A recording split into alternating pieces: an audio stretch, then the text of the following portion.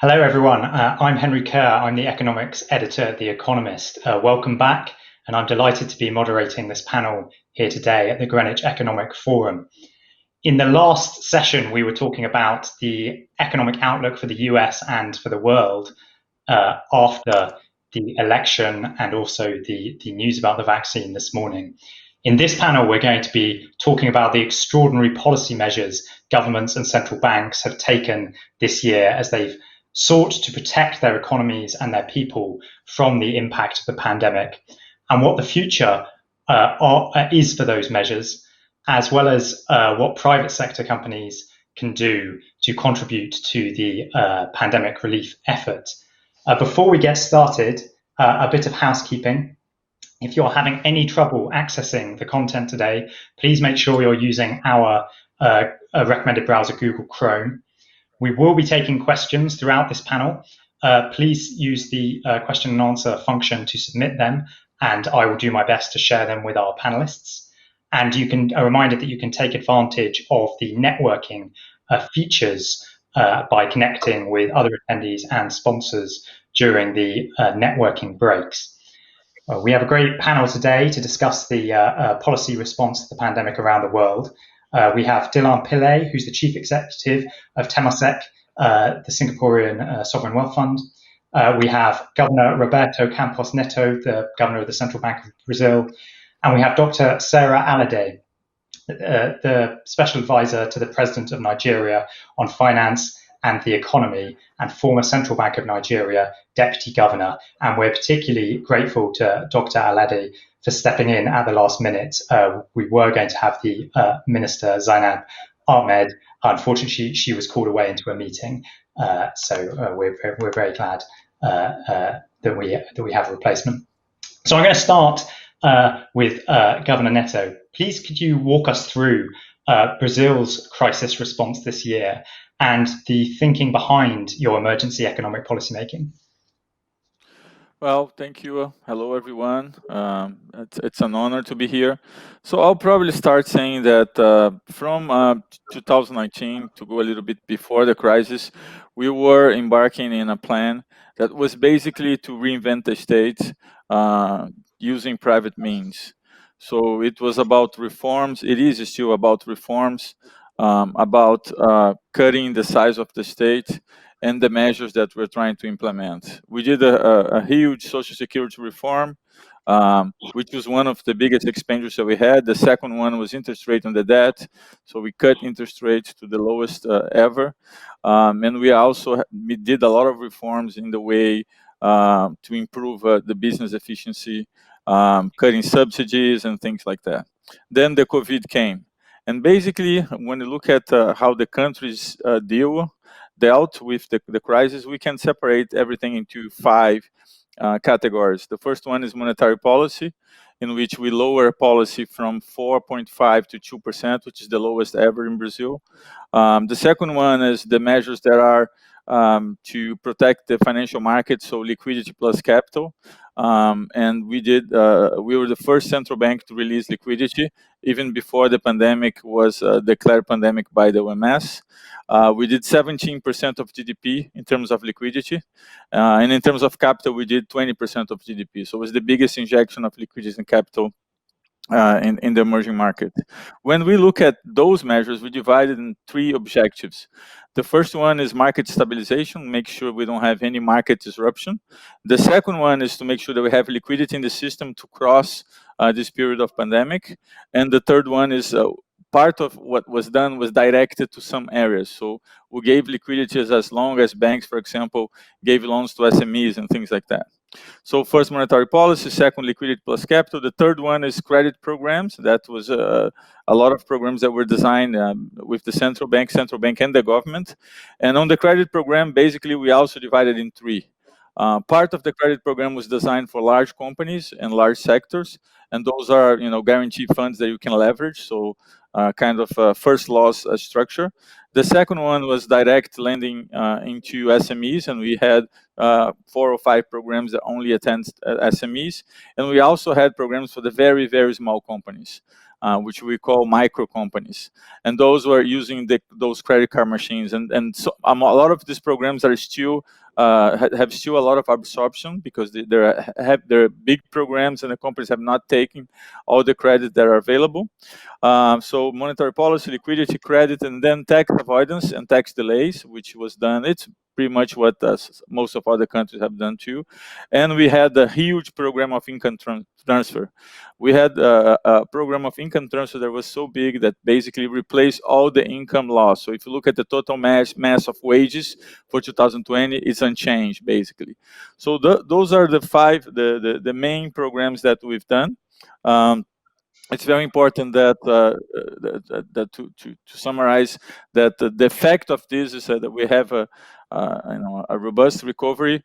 We see that a lot of the money that was placed in those programs are still available, and we think with the design that we did, we attended most of the sectors. Thank you. Governor, in advanced economies, there's been a lot of talk about the blurring of the lines between fiscal and monetary policy and the difficulty in telling what's liquidity provision and what is stimulus to the economy. Do you think that that is an issue in emerging markets like Brazil as well? It was a central piece in our debate. The first thing that we thought is, what is the job of the central bank and what is the job of the government? In the case in Brazil, Minister of Economics.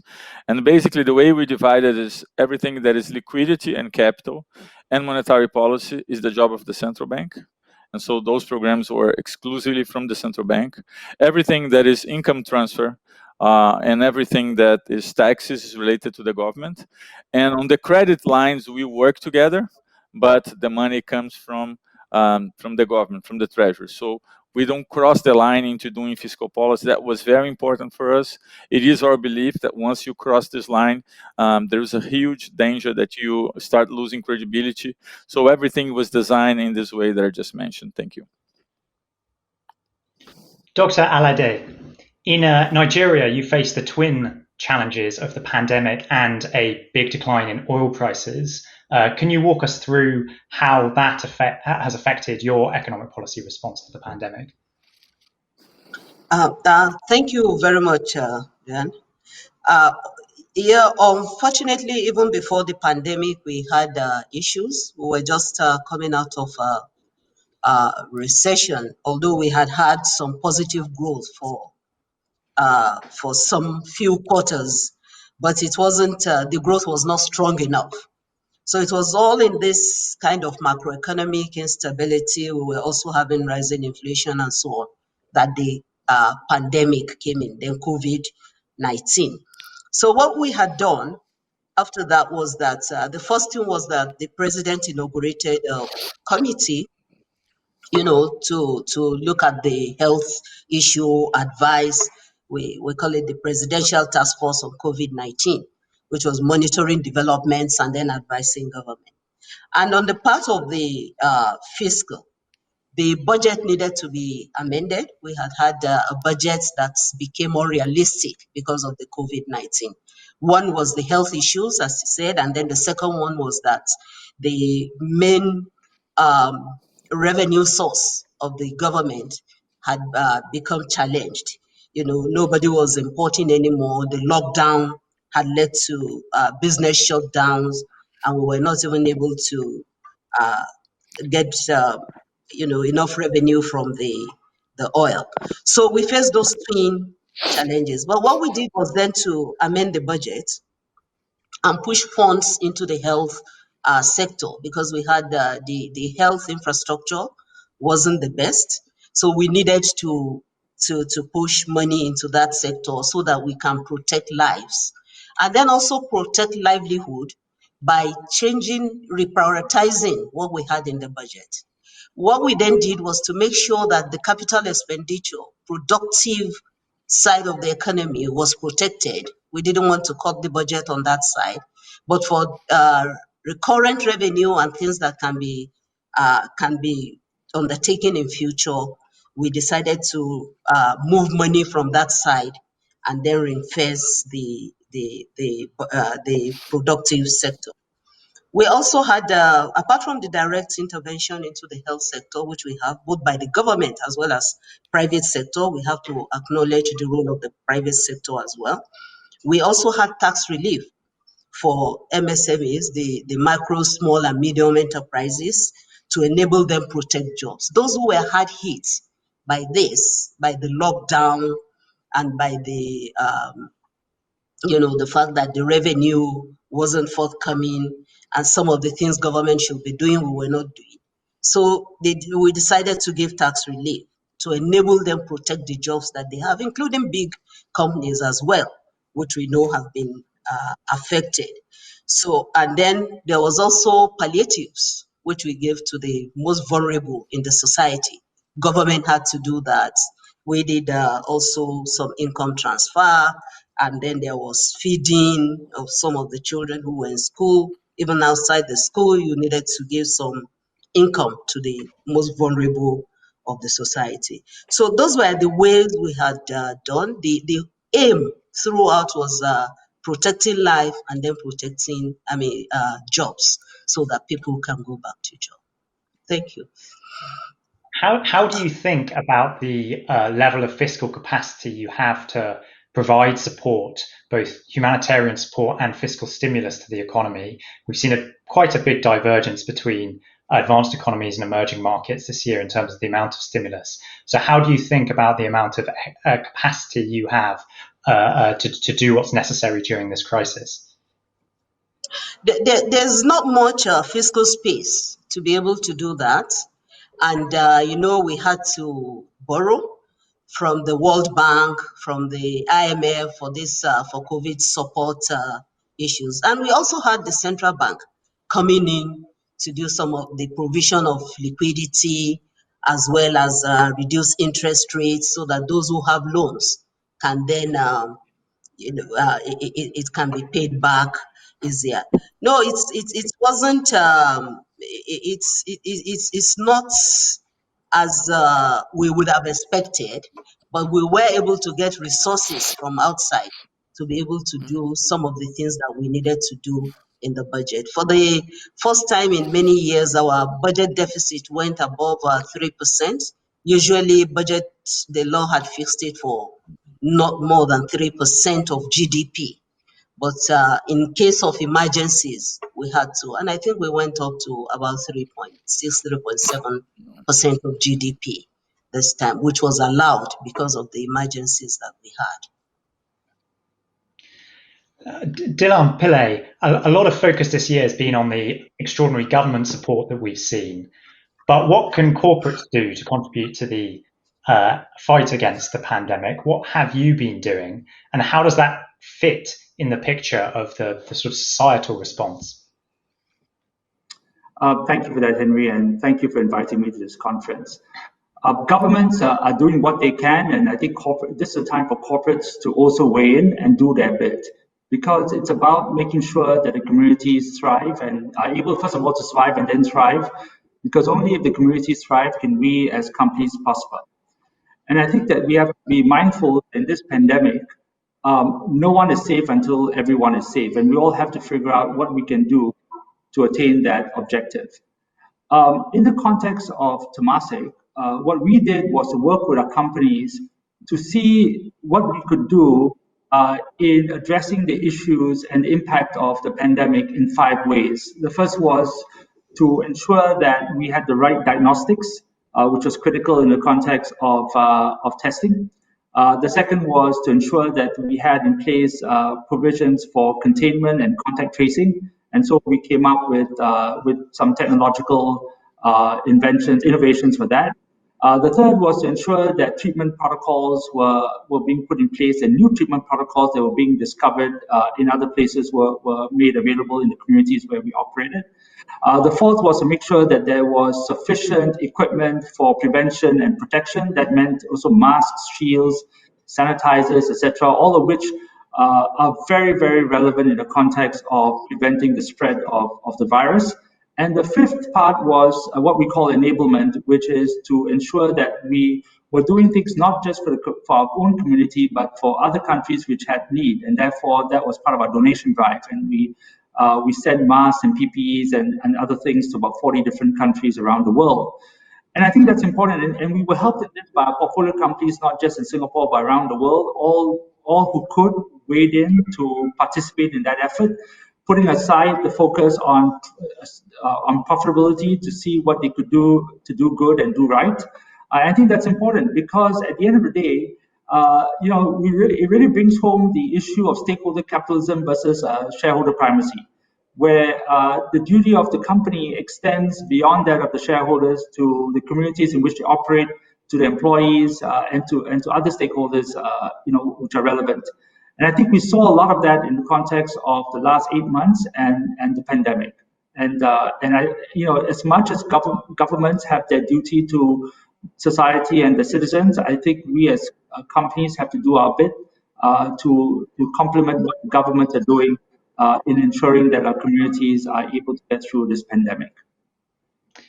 Do you think that applies to the somewhat unique position of Temasek and your role within Singapore? Or is that something you would advocate across the corporate spectrum? So we are very mindful that companies have different pressures right now. I mean, we own the majority shareholding in an airline. There's not much the airline can do when the business has fallen off by 96, 97%, especially when we don't have a domestic market. But what happened was that the airline, as a result of funding that they received, was able to maintain employment of a significant number of their workforce, and that workforce was also deployed to help in national objectives. So I think that for us as a shareholder, if we put in capital to support the business of a company, and the company uses that capital wisely, which includes the use of part of the capital for purposes of enabling the community, I think that's a win-win for everyone. Now, Temasek and other sovereign wealth funds and other investment companies, are able to make available capital in a way that can catalyze, the efforts of companies or enable the efforts of companies, and who can be in partnership with us. So in that sense, there is an ability to address the impact much more than most companies can do so, given that they're facing the brunt of the pandemic in their business models and in their business environment. So I accept that those of us who have that capital available may have to step up more than those who are challenged by this pandemic. Governor Neto, can I bring you in on this point? Because a lot of central bankers have been asking the question, what is the appropriate role for central banks in fighting climate change, say? But you could expand that to other social issues. And I think it's a live debate at the moment, the extent to which central banks in their bond buying programs, say, should take account of other policy goals. What's your view on that? And how much should central banks be looking at these sorts of ethical issues when thinking about their liquidity interventions? No, I think the important point here is what is the main characteristics of this recovery? When we look at the recovery, we see three characteristics that I think are common everywhere. The first one is that the society is demanding the recovery to be inclusive and sustainable.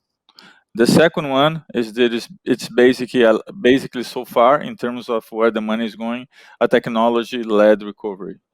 And the last component is what's going to happen to the way we see international trade and the global value chain. So if you go to the first part, which is, I think, related to your question, I think the society demands the recovery to be inclusive and to be sustainable. Every country is talking about a basic income program or a negative tax or a voucher program, or things like that.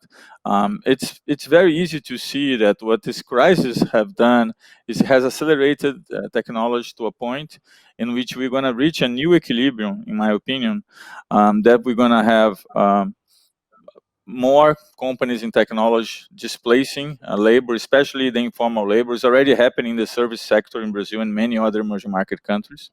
The change in the consumption pattern will accelerate that, and we are already seeing that. Some of it is going to go back to what it was before, but some won't. So when we look at this cycle, at the end, we're going to have consumption going back very fast. In most cases, the GDP is going to go back fast, but employment won't. And employment won't because the technology acceleration that is being behind the recovery is it was so fast that it gives no time for this, especially the informal workers, to be allocated somewhere. So what that also means is that governments will need to do more programs, and this means more debt, which refers back to our first question, which is, do we have fiscal space for that to go much longer? And probably the answer is, at least in emerging markets, the answer is probably no in a lot of emerging markets, especially Brazil, which has a very high debt. And so I think the sustainability and the inclusiveness have to be the main points. But also, how do you do that with private money? How do you do more private and less public? How do you make sure that you have a sustainable agenda that brings in the private sector so that the investments are at least shared or in a large part sponsored by private initiatives? We just launched a huge agenda, green agenda in the central bank, in which we try to control, at least to direct finance to sustainable activities. And that is true on the agriculture. That is also true on the way you finance mining, for example. It's true for small companies. So we are having this approach of being mindful that this recovery has to be sustainable. And a lot of the items on our agenda has that component. For example, sharing information regarding green projects. And to the most important probably will be this stage, which I think we are far from reaching, which is trying to find pricing for carbon, which I think is a job that's still not done. That's probably the most important one, because it's a correct way to price this externality, and this will link a lot of markets and will link the private to the public sector. So I would say we are very mindful of that. I think the central bank has an important role together with the government, and we need to understand that this needs to be very inclusive. Thank you. Dilhan, would you agree with that forecast about the extent of the structural shifts we're going to see throughout the market economy as a result of COVID? Will it act as an accelerant to structural change in the economy? Definitely. I think that COVID-19 is going to accelerate the pace of change, the pace of innovation. With every business model has to think about the technological aspect of it, and therefore, it is what Klaus Schwab says, terms as the technological reset. So business models are going to change. That pathway to change needs to be thought out very carefully by boards of directors and management teams. The sustainable agenda will go forward. It needs to. But the question, of course, is the pace of adoption, because companies have to be able to go along with that journey. So carbon pricing is an important component, but the ability of companies to sustain proper carbon pricing is the big question. And therefore, a carbon pricing program which is gradual is quite important in order to allow that transition journey to be undertaken by companies. It's interesting that this year's World Economic Forum had as its theme climate change, and it was all the rage in Davos this year. But the last day of the forum was also the beginning of the first day of the global effect of COVID-19, where the first cases in Europe were first reported practically the day after. So the question you have to ask yourself is whether the pandemic is going to slow down the pace of adoption by companies of sustainable practices in the context of climate change and climate risk mitigation. The pace may well slow down initially, but it needs to then pick up. And therefore, public support, public money, as well as private money has to come together to make up the slack somehow. And we need to do that because the carbon agreement process requires capital, requires the provision of capital to decarbonization solutions which are out there. And that will actually result in more sustainable business models arising in the future. So this is a big conundrum that we face today in a COVID-19 world. And the most important thing is to figure out when we're going to get out of it. And when we get out of it, what will the post-COVID-19 world look like? Or what would an extended COVID-19 world look like? And the various things which are important in that respect, first of all, the virus resurgence that we see in the United States and Europe, and how can that be contained? And that is very much correlated to the pace of vaccine development. And no doubt there are positive news coming out today, as we can see from how the markets have reacted. But that is important, and the availability of that vaccine to a broad group of people is very important, because otherwise the efficacy of the vaccine development is not going to be seen into the economy and therefore into aspects of society which are important, which are critical. So the government made an important point, which is that society is demanding that there's inclusivity and sustainability in the context of what's happening. I think that's going to be there regardless, and businesses have to focus on that and not take the eye off that long-term goal. And inclusion is very important, because social resilience and social cohesion is going to be a key outcome of the responses to the COVID-19 pandemic by governments and companies. And companies have to have a part to play in that, in the promotion of social cohesion and social resilience within the communities in which they operate. So I would say that the sustainability agenda is very much still relevant and needs to be focused on by investors like Temasek, as well as, by the way, governments and companies. And we have to figure out the right way to continue that journey and the pace of change that comes with it. Dr. Alade, to what extent are you preparing in Nigeria for structural change? And to what extent does that involve issues of sustainability and climate change? For us, thank you, Ryan. For us, it's very important because of this dependence on hydrocarbon. And it's what we have been working on in trying to diversify the economy away from oil. Now that COVID had come, even before COVID, we realized that it is important to have a sustainable business. And we have been working on jointly, the government, and I think as well as our central bank have been working on having sustainable business environment within the economy. Government is also promoting it. And I know we'll get to a point where we will be encouraging and giving incentives for businesses that are going to be, sustainable. It's very important, and inclusivity, as he also mentioned, is important. We have seen that you have a large proportion of the population that are vulnerable to the pandemic, that have issues with poverty, dealing with this. If we have sustainable and inclusive economic growth, we probably will not have it as bad as we do. But yes, with climate change, with issue of having sustainable businesses that are compliant, we are really, really working on it, and we're on top of that too. Thank you. Governor Neto, I'd like to ask you a little bit more about the extraordinary policy we've seen this year.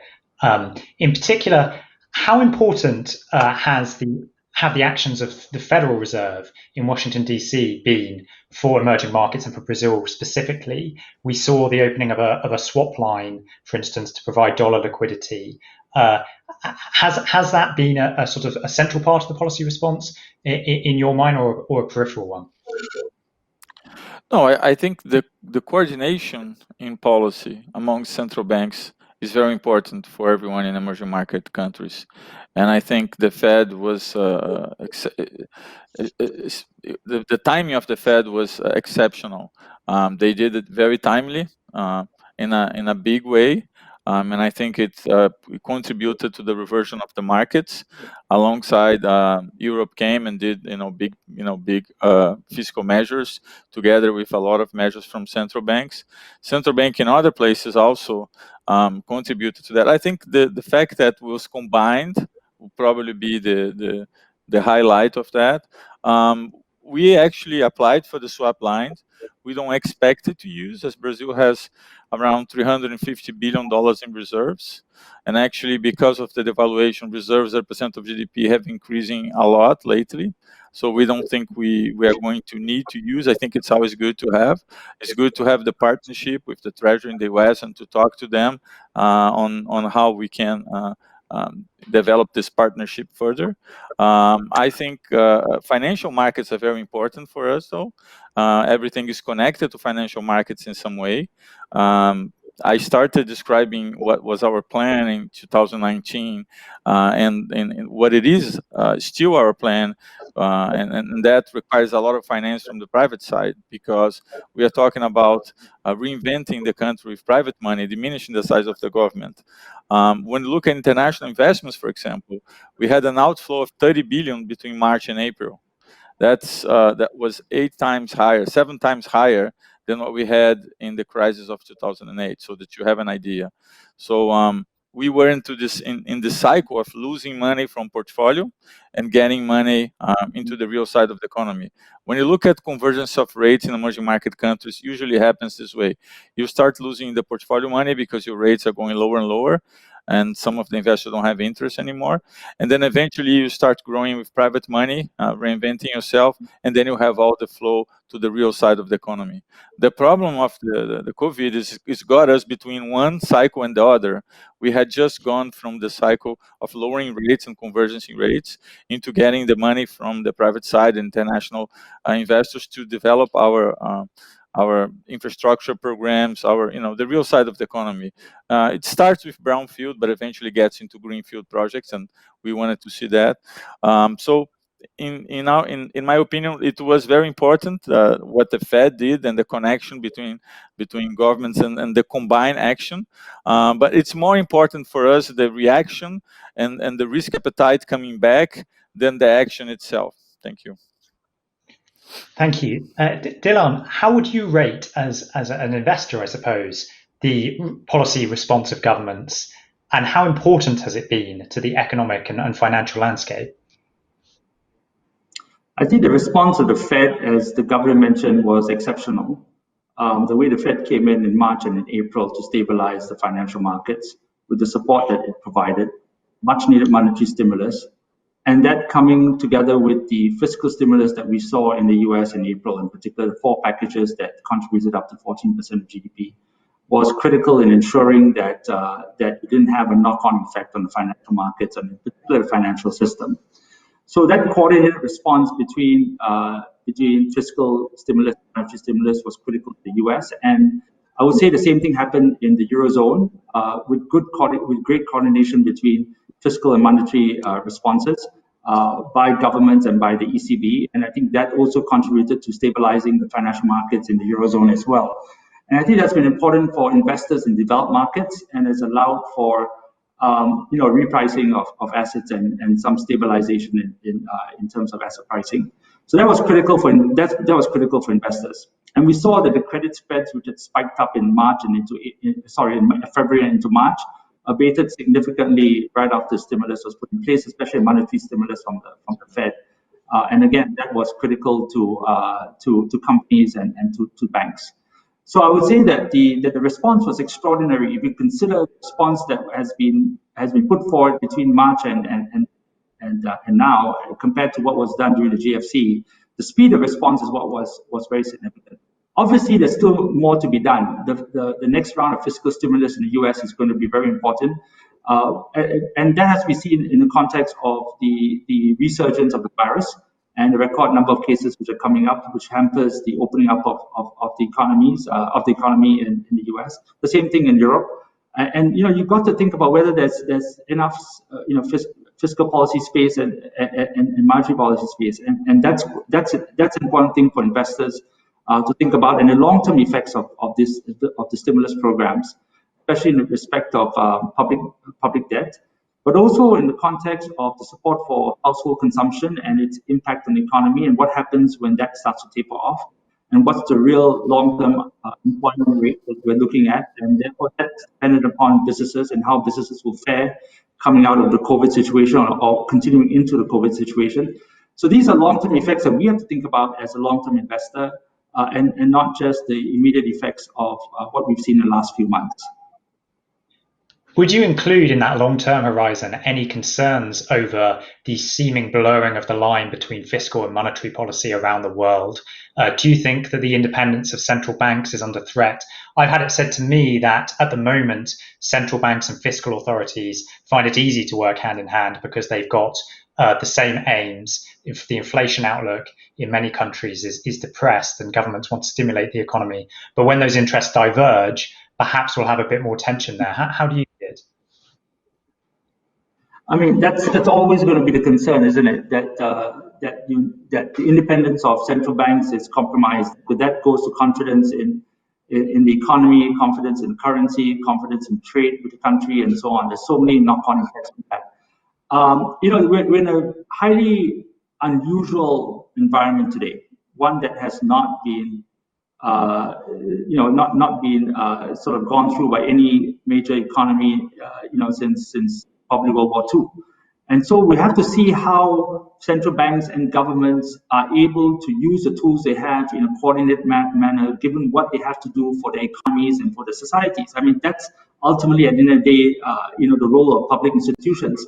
And it's not an easy situation because we don't know, what is the shape of the recovery going to be, and when the recovery is going to come about. And much is dependent upon things outside the control of public institutions, in particular, vaccine development, which is going to be critical in the issue of treatment, and therefore in the issue of opening up economies and allowing for cross-border trade and the like to continue. So I think these are important questions, and I don't have an answer for you because it really depends on how the virus continues into 2021 and the responses, as well as the success of vaccine development. I'd like to make a comment on that, if it's possible. Please do. On this interaction that you asked. I think it's actually more than that. You need to consider that you have executive, you have the legislative, and then you have the central bank.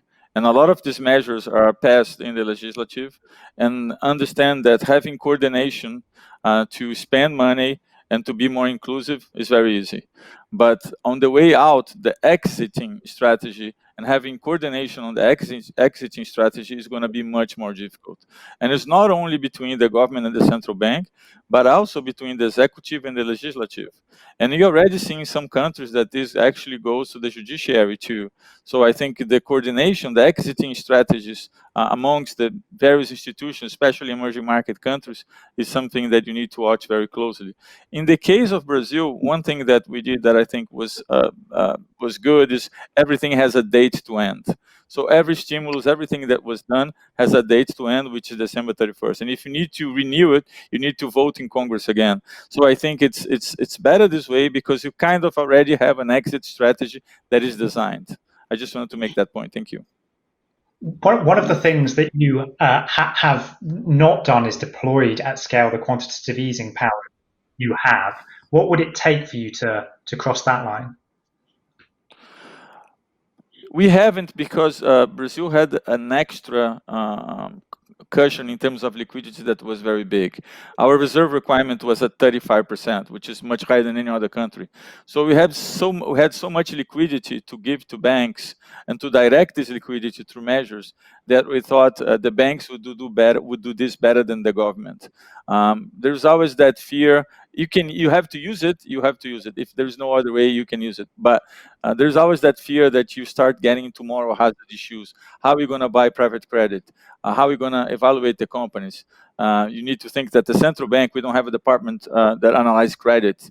So we need to do it in an auction in a way that is very open to everyone. So we thought, since we had this opportunity of having extra liquidity, that would first exhaust all these measures before thinking on anything else. Thank you. Dr. Alade, to what extent are these interaction issues, to what extent are they on the table in Nigeria? And how do you rank the international coordinated economic policy response this year? Or sorry, how would you rate it? Do you think it has been effective? Is there more to do? Well, I think it's been very effective. The fact that it's a coordinated thing, which was what we, in the past, that's always been what we cry for, that's the intervention. I mean, central banks should work together rather than, work at cross purposes or work at different wavelengths. So I think for the COVID-19, the intervention this time has been very effective. There's been liquidity in the financial markets, hasn't been stopped, and like the governor did say, these are things that we have seen, and we do hope that in future, when there are issues like this, there will be this type of cooperation as well. Yes, there are issues. There will be exits, like we have said. There will be problems with exiting some of these quantitative easing that has been done, and occasionally, or most of the time, countries will have to look at their own situation first before they look at the global thing. But I believe it's been very, very effective. To what extent are you viewing the inflation outlook, and in particular the pressure on the currency, as the most important economic constraint from a policymaking perspective, or are there other ones? For Nigeria or globally? For Nigeria, but also globally. For Nigeria, there will be inflation. We have issues that some other countries do not have. We have just talked about the lower revenue that we have. We have talked about. I mean, there are issues with the inflationary outlook now for Nigeria is still a bit higher than what it is in most other economies. So we do have all that, and we have all the intervention from central bank as well as the fiscal authorities to be able to contain the COVID. Yes, we have inflationary pressures, and globally too. Globally is the other way around. They are having lower inflation than what they had expected will be, but we are having it higher because of some of the supply shock that we do have. So you do have different kind of things, but we are also managing, and I believe that very soon we begin to see some of the positive things that we hoped for. Thank you. And how much do you think, perhaps Governor Neto, this might be one for you, how much do you think today's news on the vaccine might change the economic policy that we see over the next 6 months to a year? Or does it not? Was this already baked in? Before that, if I can make a comment on inflation, because I think it's very relevant for emerging markets. Yeah. I think we are basically seeing an increase from food prices. There's some other items, but a lot of it is food prices. And I think it has three dimensions. One is commodity prices and the devaluation that some of the countries had in the currency, and Brazil had a devaluation of 40%. So the first one is linked to FX and the persistence of the devaluation, not only the devaluation, but the persistence. The second one has to do with what we call a substitution effect from precautionary savings going into eating more food at home. So if you're not going to movies, you're not traveling, you transfer that to consumption of food, and we're seeing that too. And I think the last one is the income transfer programs that are very, very big, and they're very tilted towards the low-income population. And we are seeing a lot of consumption of items from those people that are getting the program. So I would say these three dimensions, and they're present in some of the countries, in emerging market countries, in emerging market space. As to the vaccine, I think it's going to be critical. We just saw today in the first half an hour of markets what the markets have done on the speculation of a vaccine. The market starts to worry about whether this virus is going to change into something else. There were news in some countries in Europe that they were finding different kinds or different ways of mutations of the virus. I think it's still a wait and see, but I think the vaccine is what will change the game definitely. So I would say yes, that's a game changer. Yeah, I'm going to give you the last word here. Any closing thoughts on that and on what you expect from economic policy in the next 6 months to a year? Well, I think first of all, the markets are very focused on an effective vaccine or effective vaccines being made available. And I think that's the most important thing, because that actually gives confidence to governments and to companies and to society that there is light at the end of the tunnel. And policy will be very much calibrated by that issue. And the longer we have to wait for an effective vaccine, and for that vaccine to be made available in quantities that can help globally, the more we would have to rely on extraordinary measures to get through this difficult environment that we're in, and that means more risks. And when there are more risks, of course, it will have an impact on investors and sentiment and market performance and the like. But the markets will perform in one way. The underlying business is very, very critical. And so if we don't find a way in which we can get out of the situation and the real economy is not sustained, then that has significant knock-on effects that governments will find very difficult to deal with for a sustainable period of time.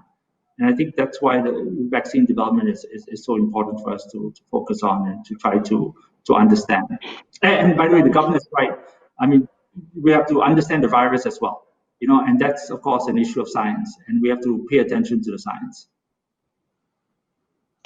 Well, that's all we've got time for, I'm afraid. Thank you for that, and thank you to all our panelists for a great discussion.